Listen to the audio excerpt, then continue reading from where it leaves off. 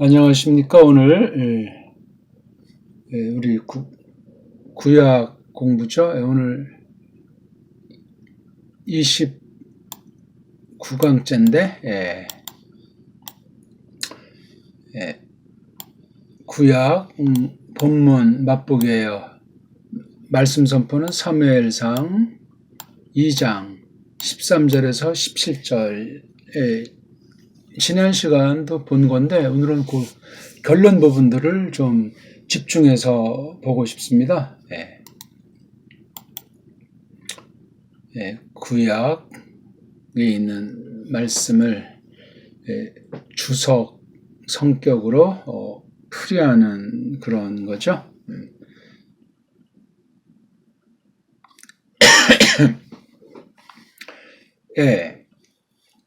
13절부터 보면 이제 13절, 그 다음에 14절, 그 다음에 15, 16절 묶음이 마지막 묶음이잖아요. 마지막 묶음에 보니까 예호바에 관련한 미느하 드림, 이걸 이제 깔봤다, 이렇게 말했어요.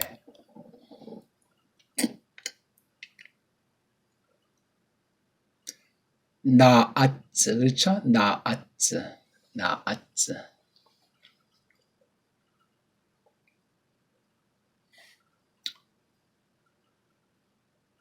그걸 뭐라고 했죠? 그 젊은이들, 그러니까 이게 엘리 아이들이죠. 범죄가 있었다, 되었다. 어떤 상태는 매우 큰 예호바 얼굴들한테, 예호바 얼굴들을 아주 그 소년들의 빗나감이 있었다는 거야. 그러니까 이게 사람식으로 하나님 얼굴이면 있죠. 여기에 그냥 이 핫하 이걸 갖다 이렇게 버리는, 뭘 가지고 미느하 드린다는 걸 가지고, 그러니까 쉽게 말하면 사귐의 맨마루에서 하나님과 이제 어떤 이러한 언약을 전제로 한, 구속을 전제로 한 그 교회로서 여기에 아주 이런 폐역행위가 벌어진 거예요. 이때 하나가 있고 슈멜 이제 같은 그 성막에서 레비 사람 그 제사장 수업하는 그런 중에 있는데 그 느아림들이 이런 짓을 했어요. 느아림. 이걸 우리 사환으로 번역하게 되면 거기도 무슨 어떤 가게방에 무슨 점원을 생각하는데 그건 아니잖아요. 그렇죠? 우리 성막을 봉사하려면 여기 안마당에 들어와가지고 여기 이제 번제단도 있고 또 여기 성소, 지성소 있는데 다 이게 구분이 되잖아요. 레비 사람들과 다 뜯어서 옮기던 것 아닙니까? 그 다음에 여기 이제 사람들이 잡아오면 받아가지고 이제 레비 사람들 또는 제사장들이 여기 이제 두 가지가 나와 있는 거잖아요. 그렇죠? 바샬, 그 어떤 짐승 제사 나오는 거, 이걸 갖다가 바샬, 삶는, 끓이는, 익히는 그런 작업에서 발생한 게 13절, 14절에 있고, 그 다음에 여기 15절에 보니까 카탈에서 막 이제 불사르는 거, 어떤 태우는 거예요. 헬레버그 기름기를 말해요. 여기서 또 이제 아주 엉망진창 이거, 지들 멋들이 또 두 가지 범죄를 이렇게 말을 했어요. 바샬, 그러니까 둘 다 짐승 제사인 경우로 보이는 거죠. 번제인지 화제인지 아무튼 그 제사들의 그 요품들 있지 않습니까? 이게 지금 모세법에 있는 걸 가지고 이 사사말기 슈멜 초기 때도 계속 하고 있는 거야. 우리 이미 앞에 말했지만 엘리 아들들, 블리알 아들들이라고 했잖아요. 엘리가 블리알이라는 식으로 말을 한 거예요. 대단한 표현이에요. 그 블리알, 아무런 쓸모가 없는 상태, 헛것이니까 우상이라는 뜻이요. 그건 사탄에 속한 그런 표현들이, 이런 그 독특한 용어들이 성경에 여러 군데 갖가지로 나오고 있지 않습니까? 그러니까 이 당시 하나님의 집, 하나님의 그 말씀이 있잖아요. 언약 관계를 맺은 하나님의 백성들을 독특하게 세상으로부터 구별해가지고 하나님께서 만나시는 그 일들에 죄를 속해주고 나중에 화목하는 그런 걸 먹는 거, 뭐 이런 것까지 다 이제 포함돼가지고, 뭐 3대 절기니 7대 절기니 해가지고 뭐 3대, 7대 제사법인에서 많은 것이 출애굽기, 레위기에 기록돼 있어요. 그걸 정확히 잘 읽어야 돼요.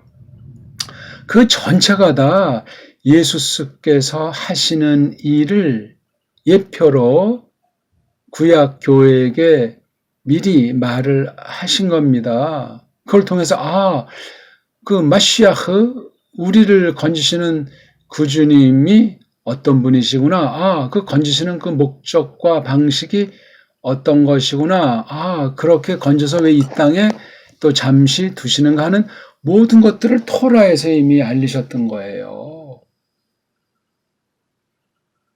그림자라고 하지 않습니까? 다. 그러니까 구약교회 이스라엘도 그런 것을 통해서 그 실체를 보도록 성령님께서 감동하시고 눈을 열어주시고 그런 믿음을 주시는 거예요. 그렇게 하면서 겉으로 이렇게 행하고 지금 그것이 다 폐해서 없잖아요. 이른바 우리 잘 아시겠지만 제사에 뭐 3요소 꼭 뭐 3가지만 있다는 것보다도 3요소가 있잖아요. 어떤 거죠?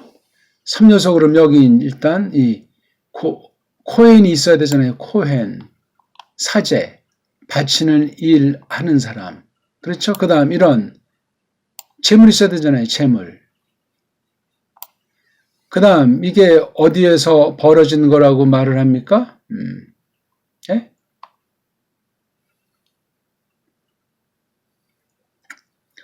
어느 장소에서 벌어서 실로라고 하잖아요. 실로. 이렇게 실로가 안 보이죠? 실로.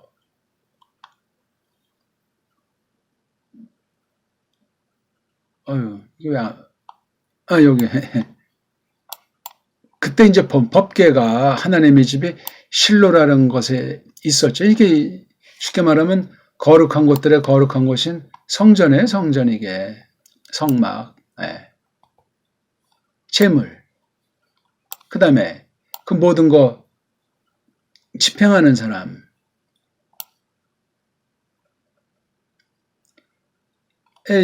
그래서 여기 모든 사람이라고 했잖아요. 가지고 오는 거, 그렇죠? 가지고 온 걸 가지고 어떤 것에서 이제 레위 사람을 가리키는 건지 이스라엘 사람을 말하는 건지 말이에요. 이게 지금 법이에요, 법. 이렇게 해서 미슈파트라고 하잖아요. 그 제사장들이 관련한 거. 누구한테? 그 백성한테. 그리고 이게 하나 이렇게 끊어야 돼요. 자, 그럴 때 모든 사람, 모든 사나이들이, 여자들은 여기 접근 불가능한 거예요. 모든 사내들이 잡아 바칠 거, 희생 드리는 거, 이런 것에 관련한 미슈파트라니까요, 이게. 미슈파트, 샤파트, 법이에요, 법. 그래서 뒤에 쫙 이제 설명하는 거예요. 그 코헨의 그 사제 나하르라는 거, 여긴 지금 단수 1명 나왔잖아요. 그렇죠? 지금 여기는 이슈라고 그랬어요. 이슈에 물론 나하르도 포함될 수 있겠지만 레위인도 포함되고 엘리도 포함되고 레위 사람 포함되고 그렇습니다. 이걸 잘 소개해야 돼. 이건 뭐 지금 뭐 우리가 자세히 보는 시간 아니니까. 이게 3대 제사는 우리 신약 보면 알지만 또 히브리서에 잘 나와 있지만 이건 다 마시아흐를 다 겨냥하고 마시아흐를 통해서 다 그냥 이루어졌어요. 지금은 없어요, 그게. 지금 그걸 있다고 하고 뒷날 뭐 천년왕국이 지난 뒤에 그 예루살렘에서 다시 이것이 회복된다고 하는 건 그건 틀린 소리고 거짓이에요. 성경이 어떻게 그렇게 가르치면, 그러면 예수께서 나무틀에 달려서 대속의 피를 뿌려 죽으신 구속을 부정하는 것이 돼요. 아무리 난 그것도 믿고 율법도 지키겠다. 거짓이라니까요. 성경을 읽으면은 예수가 왜 오셨는가, 구약 율법과 어떤 관계가 되는 것이 복음인가 하는 것이 자명하잖아요. 자명. 이게 분명히 된 터에서 그럼 왜 오늘까지 구약 율법을 두셨는가? 구약 제사법은 어떤 관련이 되는가? 여기에 일한 사람들, 받침꾼들이라든가 특히 슈무엘 같이 쇼페트 되고 멜레크 구실 쪽 통치도 하고 이렇게 코헨의 받침꾼 노릇 이런 걸 하는 그런 건 또 무슨 관련이 되는가? 그렇게 이제 이것들을 공부를 해야 마땅한 거예요. 아무튼 이런 과정을 통해서 아주 여기 잘 말해주고 있잖아요. 하타가 발생했던 거예요. 이것도 아주 그냥 어마어마한 상태예요. 굉장히 큰 범죄 상태라고. 아주 초강조법 아닙니까? 근데 그 한 사람들은 나름에서 소년들 또는 젊은이들, 이건 다 엘리 아들들을 1차로 지칭하는 것으로 봐야 돼요. 물론 걔네들의 지시를 받아서 그 레위 지파니까 그 아이들을 심부름꾼들도 여기에 물론 가담했으니까 동일 범죄일지라도 앞에 문맥을 보면 엘리 아들들이 블레알의 아들들이라고 했거든요. 거기서 나아르자를 썼어요. 나르. 아들들이라는 말도 썼고 또 이거 나르라고도 하고. 그래서 여기 보니까 그 사람들이 또 여기 또 그 사람들이라고 했잖아요. 그러니까 이 엘리 아들들의 지시를 받아가지고 물론 엘리는 몰랐다고 하니까 그 아들 제사장들을 통해서 이게 나르라고 하는 것이 레위 사람들, 성막 봉사하는 사람들로 이걸 넣어서 다 포함될 수 있어요. 그러니까 이 동일체죠, 다 이게. 엘리도 이거 핑계댈 수가 없어요. 다 동일체란 말이에요. 여기는 또다시 그 사람들이 예호바에 관련한 드림을 깔봤다. 여기 콜 이슈가 모든 사람. 여긴 콜 이슈. 여긴 이슈의 복수인 아나심자를 쓴 거예요. 이렇게요. 아나심자를 쓴 겁니다. 아나심. 그 다음에 여기 그 코헨의 나르. 그 받침꾼에 딸린 젊은이? 뭐 이렇게 한글은 번역했는데 또 뒤에 보면은 여기 그 사람 이름들이 나오지만 여기 그 코헨이가 그렇죠? 그 코헨이가 붙잡는다. 뭐를? 콜을. 요렇게 한 콜. 이거를 코헨이 붙잡는다. 뭐 이렇게 말을 했어요. 그 다음 여기 그들이 해낸다. 여기 그들은 어떤 거겠어요? 콜 이시겠습니까? 여기 나르에 대한 복수를 쓴 겁니까? 그 다음 15절에서 여기 또 코헨의 나르라고 똑바로 여기 나오잖아요. 그렇죠? 코헨의 나르. 그 다음 여기 또 이슈, 어떤 특정한 보기를 든 것 같아요. 뭐 이걸 가령 이렇게 하는 말보다 그 사나이. 그러니까 요 일을 맡은 사람이죠. 그 당시 어떤 그거 하나 지목해서 지금 보기 들어서 설명하는 거예요. 이렇게. 그 얘기를, 그는 바로 이거잖아요. 그 코헨의 나르. 그러니까 이슈가 레비 사람이라면 이건 엘리의 아들들이에요. 이거는요. 그렇게 봐야 되지 않습니까? 왜냐면 레비 사람으로 자기 할 바를 다 끝냈으니까 제사장이 받아가지고 해야 되겠죠. 그 다음 단계를. 뭐 그렇다는 이야기예요. 그래서 그 3대 제사, 그러니까 하나님에게 이스라엘이 나아가는 방도가 이게 제사 드리는 거잖아요. 희생. 그럼 제사장이 있어야 되고, 제사 드리는 예물이 있어야 되고, 제사 드리는 집 수단으로서 그 성막, 성소가 있어야 된단 말이에요. 이건 전부 다 뒷날 실제로 이루어질 마시아가 사람으로 오셔서 단번에 죽으심으로 두 번, 세 번 반복하는 행위가 아니에요. 하늘에서 이루신 일이라고 말하고 있지 않습니까? 그것을 해가지고 끝장난 겁니다, 이게. 구약시대도 그렇게 보도록 성령님께서 이 말씀을 깨우쳐 주신 거예요. 이게 무슨 율법을 지키게 하고 그런 게 아니죠. 죄를 깨닫게 하는 거고 예수께 이끄는 그 몽학 선생이기 때문에 제사법만 일으켰냐고요. 토라는 다 한 성격을 갖고 있는 거예요. 그 나라 백성으로서 어떻게 거룩한 무리로서 이 땅에서 하나님의 뜻을 떠받드는 삶을 살도록 하시는가? 영광스러운 사귐을 준비하기 위한 방편으로 그렇게 주신 거예요. 하나님의 영원하신 뜻이 이루어지는 거기에 참여하게 하시면서 말입니다. 요것을 갖다가 간단하게 말했지만 굉장히 중요한 거잖아요. 성육신부터 해가지고 죽으셨다가 또 다시 살아나셔서 하늘로 올라가셔가지고 하나님 우편에서 통치를 하신다는 이런 식으로 이 계시가 삼삼하게 자세하게 복음 가운데 나타났던 거예요. 그래서 이 율법 계시는 복음을 겨냥한 거잖아요. 복음이 율법이고 율법이 복음이라고 말할 수 있는 정도의 속성을 가지고 있는 거예요. 왜? 율법이 계시예요, 계시.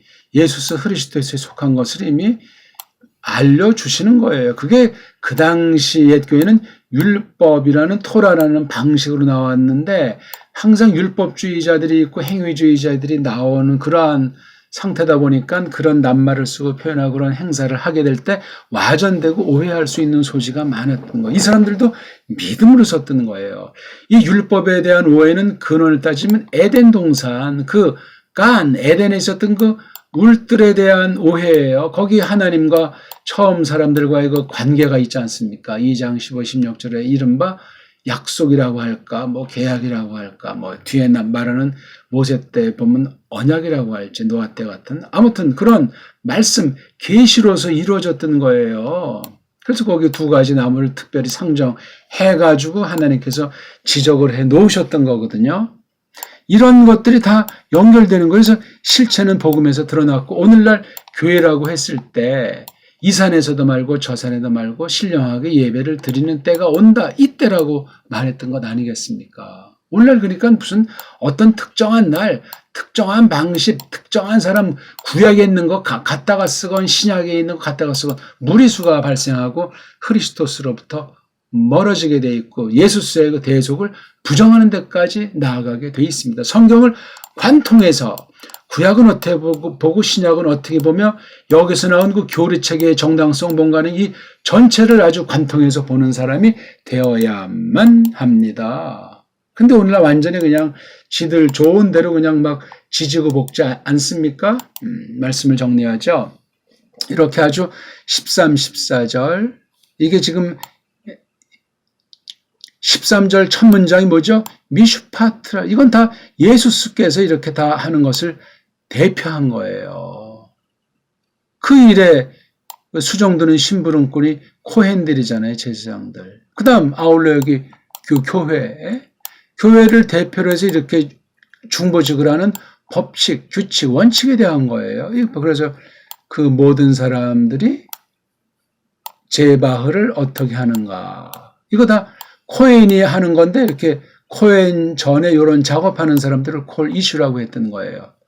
코헨에 속한 나흘이기 때문에 콜 이슈랑 나흘은 구분이 돼야 돼요. 근데 여기 그러니까 마지막에 범죄, 그 나르들의 범죄라고 했잖아요. 그리고 여긴 그 사람들이니까 이게 레위 사람들까지 포함해서 한 통 속에 돼가지고 저지른 것으로 이걸 볼 수도 있고, 레위 사람이 민하에 대해서 이렇게 깔본 것을 가지고 이런 큰 범죄는 코헨의 범죄들, 코헨에 속한 이 일하는 자들, 코헨의 아이들이 이건 엘리의 아들들이 1차로 될 수도 있단 말이에요. 이런 식으로 성경은 정확하게 알려주고 있는 거예요. 그래서 우리 파울로스의 그 편지 말씀 보더라도 왜 나무 틀에 달려 죽은 스타우루스에 대해서 명백해야 되는 거예요. 그 뒷날 저마다 자기의 스타우루스를 걸머쥐고 나를 따르라.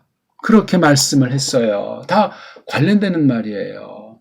여기에 뭐 덧붙여가지고 우리가 할 것은 해야 된다는 등 뭐 예수님의 순종은 능동 순종이 뭐고 뭐 수동 순종은 어떻게 되는데 전부 다 성경에 근거 없는 엉터리 소리고 마시아흐에 대한 모독이고 율법에 대한 소경들이란 말이에요. 다 인본주의예요. 사람 생각에, 사람 합리에, 타락한 이성에 맞게 그럼 지금 성경을 갖다 왜곡하고 있는 거예요. 큰 속임입니다. 큰 속임. 예수스 외엔 없고 예수님이 율법을 지킨다. 어디 성경에 그런 표현들이 있어요. 순종하신다. 이것도 순종이 뭔 뜻인지 알고 쓰는가. 신이 하신 거랑 우리 사람도 순종해야 된다는 말은 성립이 안 되는 얘기잖아요.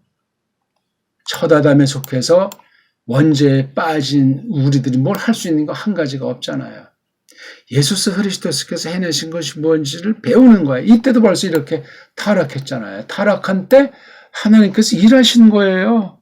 깨달을 자 깨닫게 해주시고 구원의 믿음을 가지고 하나님의 언약을 떠받들어서 성령님께서 그 모든 것을 펼쳐나가도록 하셨다 하는 것만 알면 되겠습니다. 예, 오늘도 이만큼 말씀드렸어요. 고맙습니다.